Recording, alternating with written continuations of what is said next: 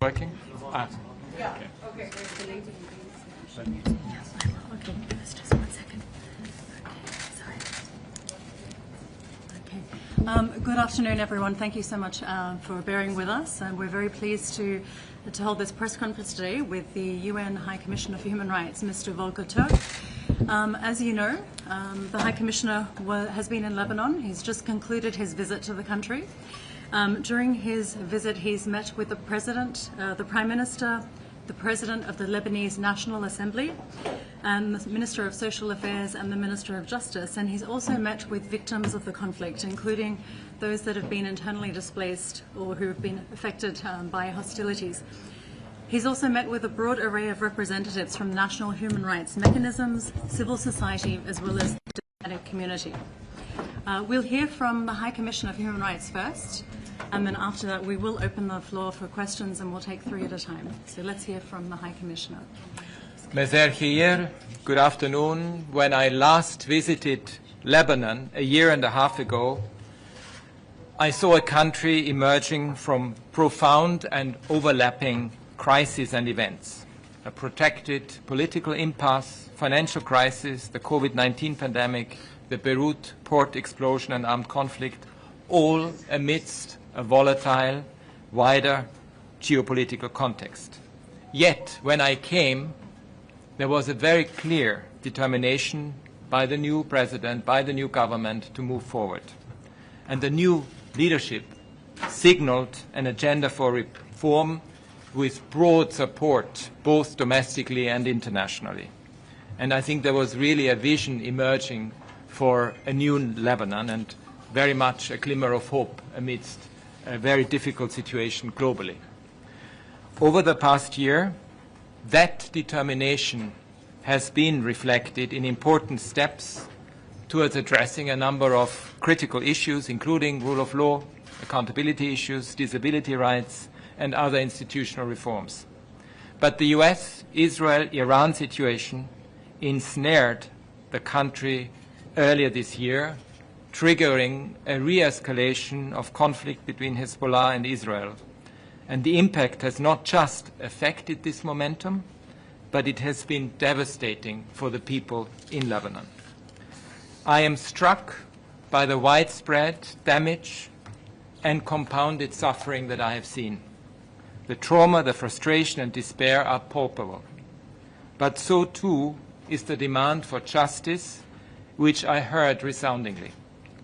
A victim who lost his mother and brother in Israeli attacks that attacked their family home in a residential building in Beirut told me, and I quote, "Even from this darkness, there is an opportunity. We are mobilizing in a way that we have not done before through documenting violations," and he called for accountability. And I express my deep, heartfelt solidarity with all victims. My colleagues here in Lebanon have been documenting the human toll of hostilities. Continued Israeli airstrikes, shelling, and the use of explosive weapons in densely populated areas have triggered immense civilian casualties, widespread carnage, devastation, and mass displacement. Rocket fires by Hezbollah into populated areas in Israel has also caused civilian casualties and damaged civilian infrastructure. Since the 2nd of March, more than 4,300 people have been killed and 12,200 injured in Lebanon, according to figures from the national authorities. More than 135 healthcare workers, as well as many journalists and media workers, are among those killed. Despite an initial 17 April cessation of hostilities announcement, followed by multiple rounds of negotiations to de-escalate and rein in the conflict, the Israeli military continues to kill and injure people in Lebanon amidst continued airstrikes and ground operations. My office has recorded large-scale violations of international humanitarian law, some possibly amounting to war crimes, and under certain circumstances, they may also constitute crimes under international law. With the Minister of Social Affairs, I visited a school that has been repurposed as a shelter, hosting around 1,000 victims of conflict. This is the second or third cycle of displacement for many. Some told me they attempted to return home last week only to discover that their villages had been destroyed.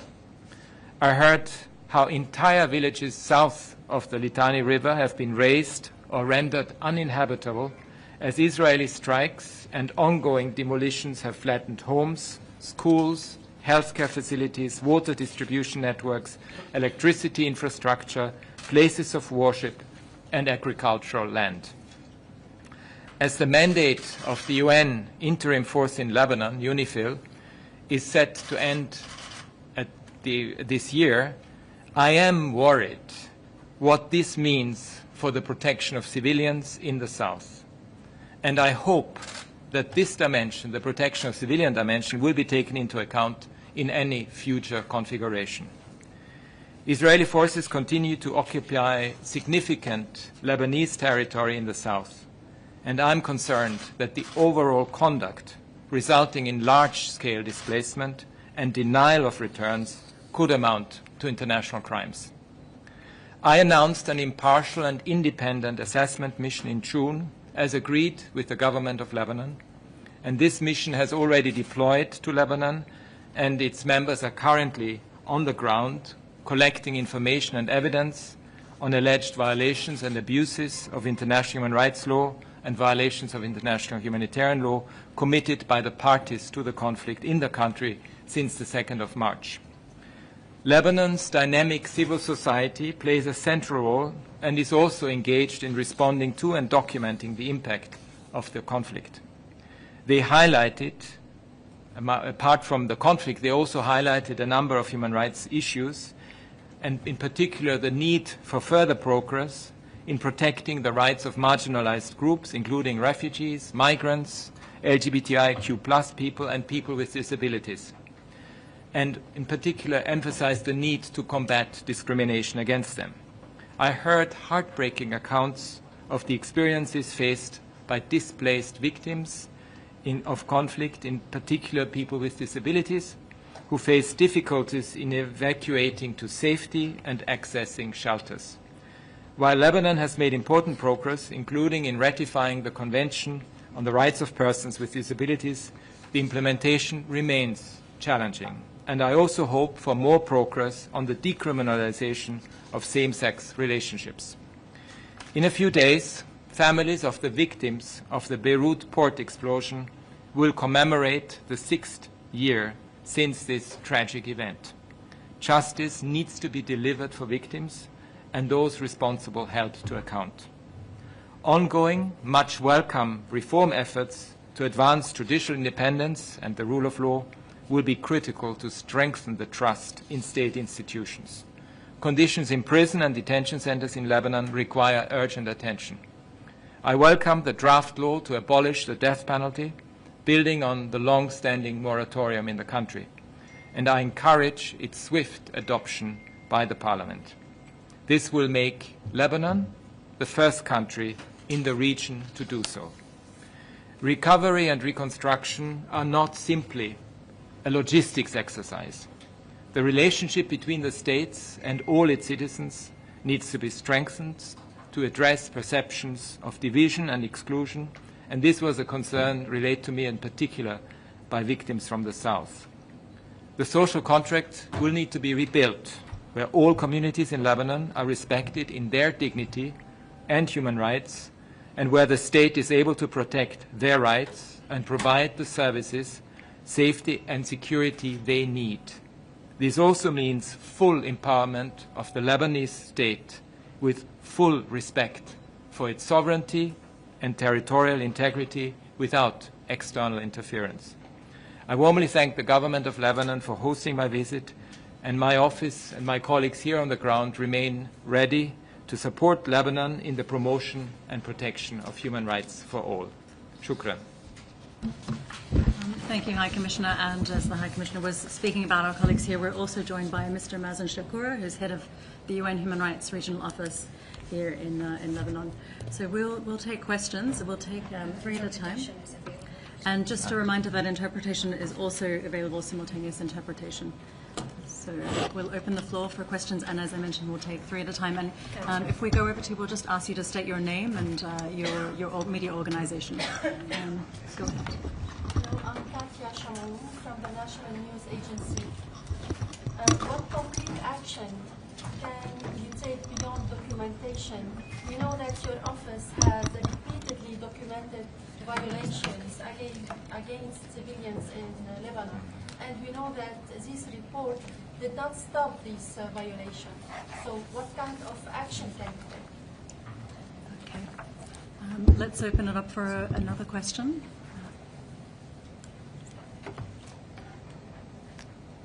Yes.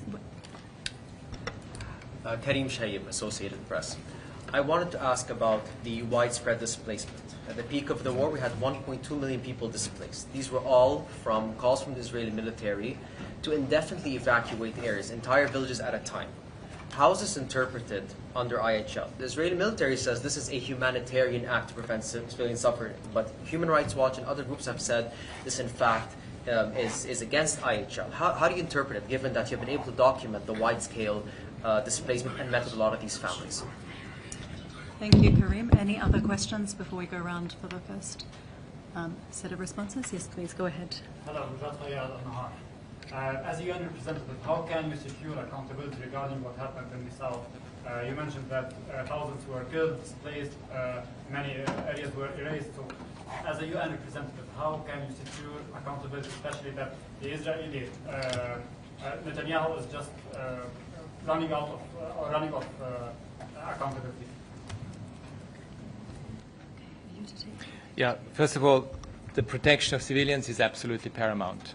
And it is obviously, first and foremost, the responsibilities of those who stage war, in particular, this case, what we have seen over the last couple of months, Israel, but also Hezbollah. They need to respect international humanitarian law and international human rights law.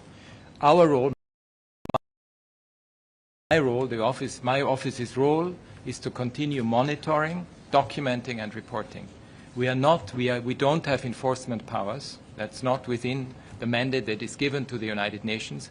But the fact that we not only speak out, but also document and continue reporting about it, the fact that we have an assessment mission that is currently doing its work and going into great detail and analyzing as many incidents as we possibly can, will be a very important contribution, not only to telling the truth, identifying the facts, but also then applying international law to what we have been able to provide. And this, in a way, comes to the point that is the third one, and then I come to the displacement issue. On accountability. Accountability is always a very complex issue. And it is an issue that starts first and foremost with documenting, collecting the evidence, providing the facts, and making sure that there is truth-telling. I mean, the fact that the victims, not only those displaced, but also those affected directly in the south and in other parts of Beirut, especially in densely populated areas, that they are able to tell their story is extremely important, because we always want a victim-centered approach when it comes to accountability. Then there are domestic forms of accountability and there are international forms of accountability. The domestic forms, I understand there is currently a draft law under consideration in the Lebanese parliament about international humanitarian law, which is again very important for domestic purposes. There is also universal jurisdiction meaning that you can actually pursue perpetrators in those countries that apply universal jurisdiction. And again, the assessment that is being put forward by us is going to be important for these purposes.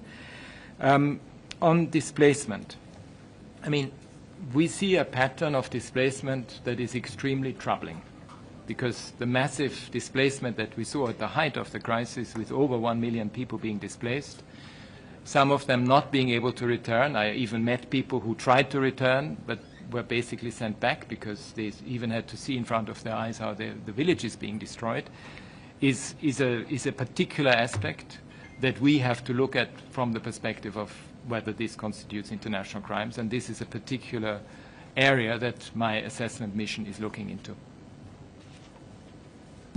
I think we can take one more round of questions. Sorry, I just answered accountability. We'll take one more round of questions, and then we can go ahead. Yeah. Yes. Hello, Mr. Volker. It's Dalal Saud from United Press International. There are serious fears that in case of a new round of escalation or resumption of hostilities, this time Israel will proceed with this large, devastating destruction north of the Litani region. How would you see the situation in that case with a larger section of, people being displaced, more villages destroyed, and how could that be stopped in one way or another? Thank you. Thank you. Any more questions? Yes, go ahead. Hi, Nada Homsi, The National. So Israel continues to demolish homes and villages in the south. I wanted to ask if the UN investigating team has access to occupied South Lebanon, south of Israel's so-called security zone. And if they don't, how can it ensure the documentation of potential war crimes that are ongoing as we speak? Thank you. I'll just open it up to see if there are any other questions, and I'll come back to you.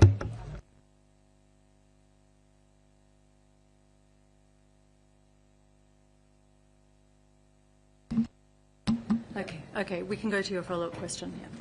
Yeah. My second question is about the framework agreement that has been recently reached, and Article 13. I don't know if you had this discussion with the Lebanese officials concerning the fact that in line with this article or clause, Lebanon will at least put on hold, all these documentation violation about Israeli war crimes. So during your discussion, there have been tackled that part, and what does it mean?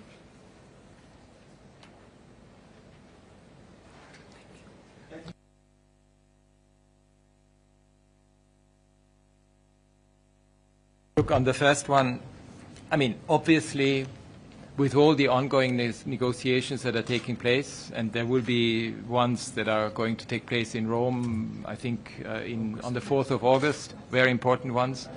I think the fervent hope of everyone is to ensure de-escalation, a respect for international humanitarian law, a withdrawal of troops, and a full empowerment by the Lebanese state to establish its presence. That's really the aim. So I don't want to speculate on anything beyond that, because the emphasis has to be on de-escalation and finding a way forward. There's no doubt about this.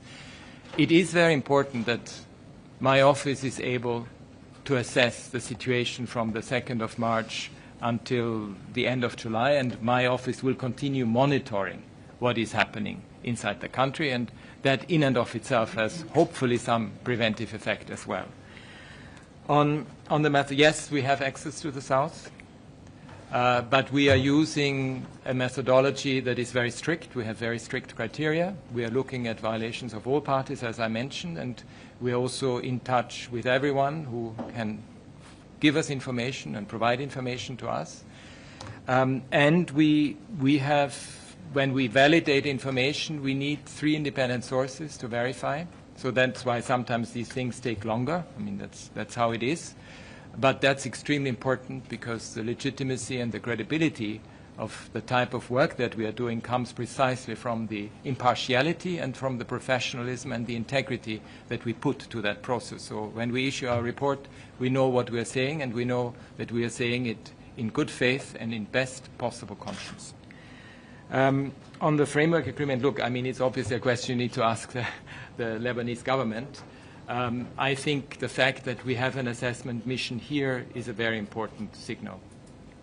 And this is going to be separate, and you will be able to proceed regardless of... I'm independent. I'm independent as a UN official. Okay, unless there are any other questions, I'm just giving an opportunity for any other questions, otherwise I think we're going to have to conclude this press conference. So we thank you all for joining us. Shukran jazilan. Thank you. Ma salama.